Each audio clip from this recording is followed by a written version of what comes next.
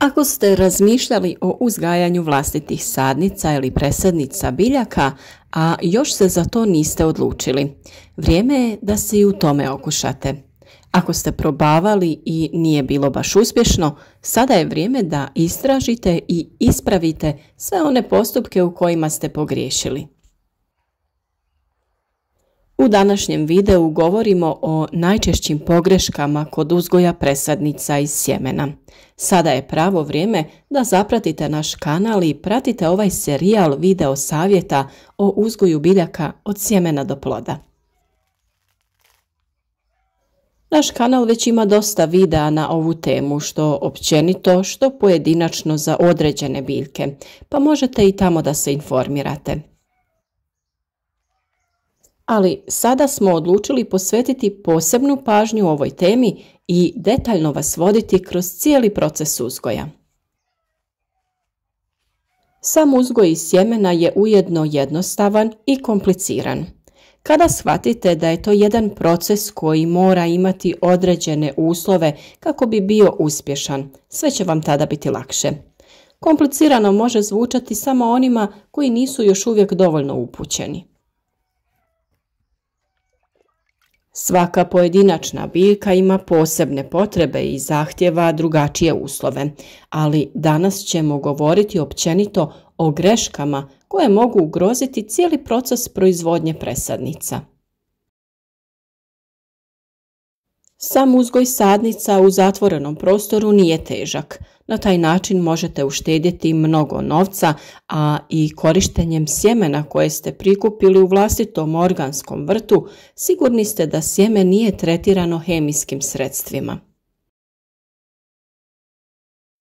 Pravilnom njegom dobiti ćete zdrave i lijepe sadnice, a izbjegavanjem ovih uobičajenih pogrešaka o kojima ćemo danas govoriti, uvelike ćete povećati izglede za uspjeh. Općenito sve o uzgoju različitog voća i povrća te njihovim dobrobitima potražite na našem kanalu.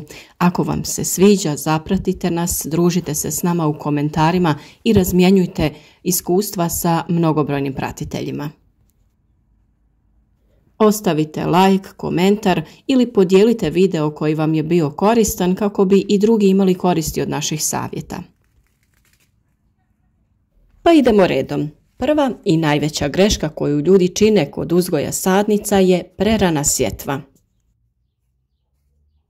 Uvijek uzmite u obzir koliko će trajati razvoj biljke da je možete presaditi van i koji vremenski uslovi će je vani dočekati.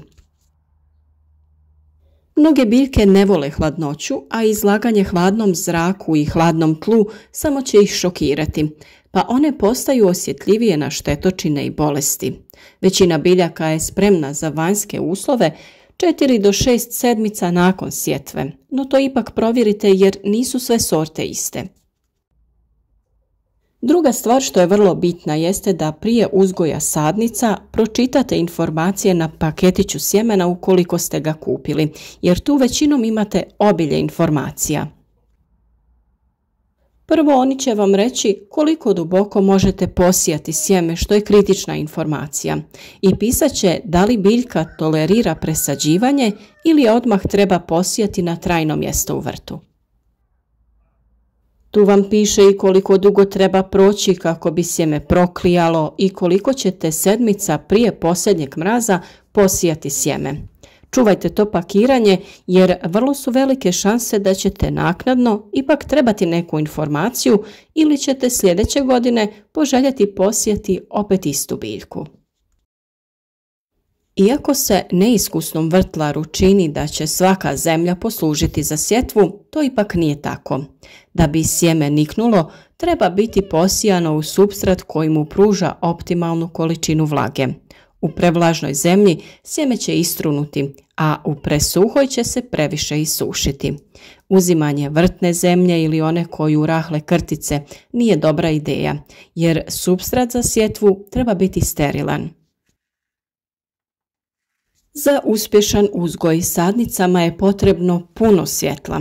Smjestite teglice ili klijalište na prozorsku dasku ili koristite rasvjetu za biljke. Držite svjetla što je bliže moguće sadnicama, ali bez dodirivanja. Razmak neka bude barem 5 do 10 cm. A nakon što prve klice izbiju na površinu, biljkama je svakako potrebno od 12 do 16 sati dnevnog svjetla. Temperatura je također ključ uzgoja zdravih sadnica, jer da bi sjeme proklijalo, većina se mora držati na toplom od 18 do 24 stepena. Postoje posebne prostirke koje možete kupiti kako biste ih stavili pod klijalište, a također možete koristiti mali grijač ili smjestiti klijalište na prozorsku dasku iznad radijatora. Obavezno vodite brigu o temperaturi dok sjeme ne proklija. Nakon toga većina tih mladih biljaka može tolerirati oscilacije temperature, ali u razumnim granicama. Kakvu god vrstu svjetla koristili, prirodno ili umjetno, trebalo bi proizvesti dovoljno topline da zadovolji potrebe biljaka. Možda najizazovniji dio uzgoja biljaka i sjemena jeste količina vlage. Budući da su mlade presadnice tako delikatne, kada je riječ o zalijevanju, vrlo je malo mjesta za pogreške. Vi želite zadržati sterilnu, srednju vlagu, ali ne i mokru. Pokrijte posude prozirnom vrećicom ili folijom dok sjemenke ne proklijaju, no kako biljka treba zrak, nakon što se pojave prve biljke, probušite nekoliko rupica, a kasnije uklonite foliju.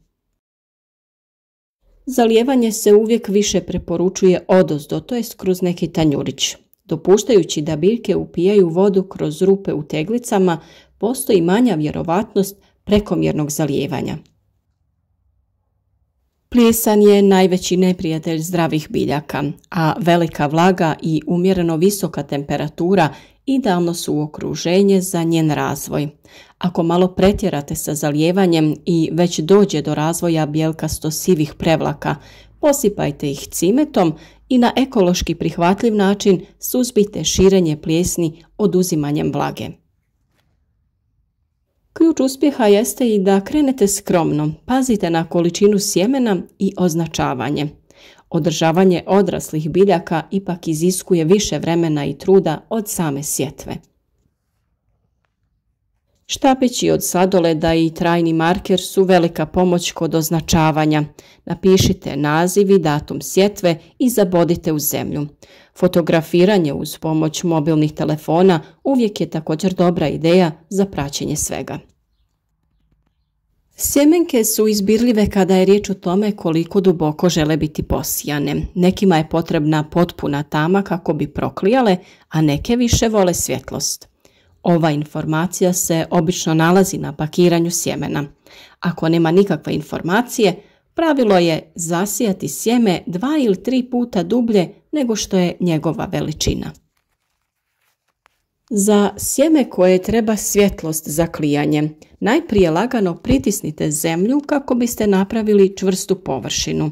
Zatim stavite sjeme na vrh i nježno ga utisnite, pazeći da se sjeme još uvijek nalazi izloženo svjetlosti. Hranjivo je za mlade biljke također dosta bitno. Za početak sadnice tu energiju za rast ili hranu koja im je potrebna dobivaju iz samog sjemena. Pojavom prvih listića sadnice traže sve više energije za rast, a najjednostavnije je koristiti razređenu otopinu tekućeg organskog gnojiva. Prerano presađivanje na otvoreno je za one nestrpljive veliki problem. Mlada biljka koju ste čuvali 4 do 6 sedmica u zatvorenom prostoru gdje ste se brinuli da joj osigurate idealne uslove, jako će se iznenaditi ako je bez pripreme jednog dana jednostavno presadite van i ostavite na milost i nemilost prirode. Proces prilagodbe je jednostavan, iako može biti malo dugotrajan. Nazivamo ga otvrdnjavanje ili kaljenje.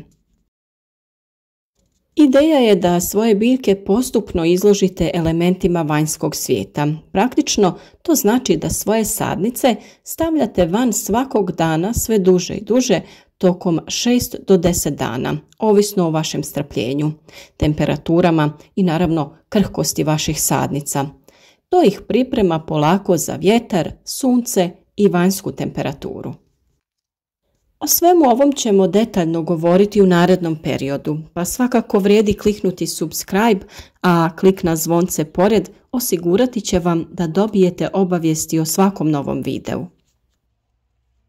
Uz naše savjete osigurajte sebi uzgoj zdravih i jakih presadnica, a na kraju i biljaka u vašem vrtu. Pratite naše savjete svaki dan i nemojte propustiti ni jedan važan korak. Naš rad podržite sa lajkom i podijelite video na vašim društvenim mrežama kako bi i drugi imali korist od naših savjeta.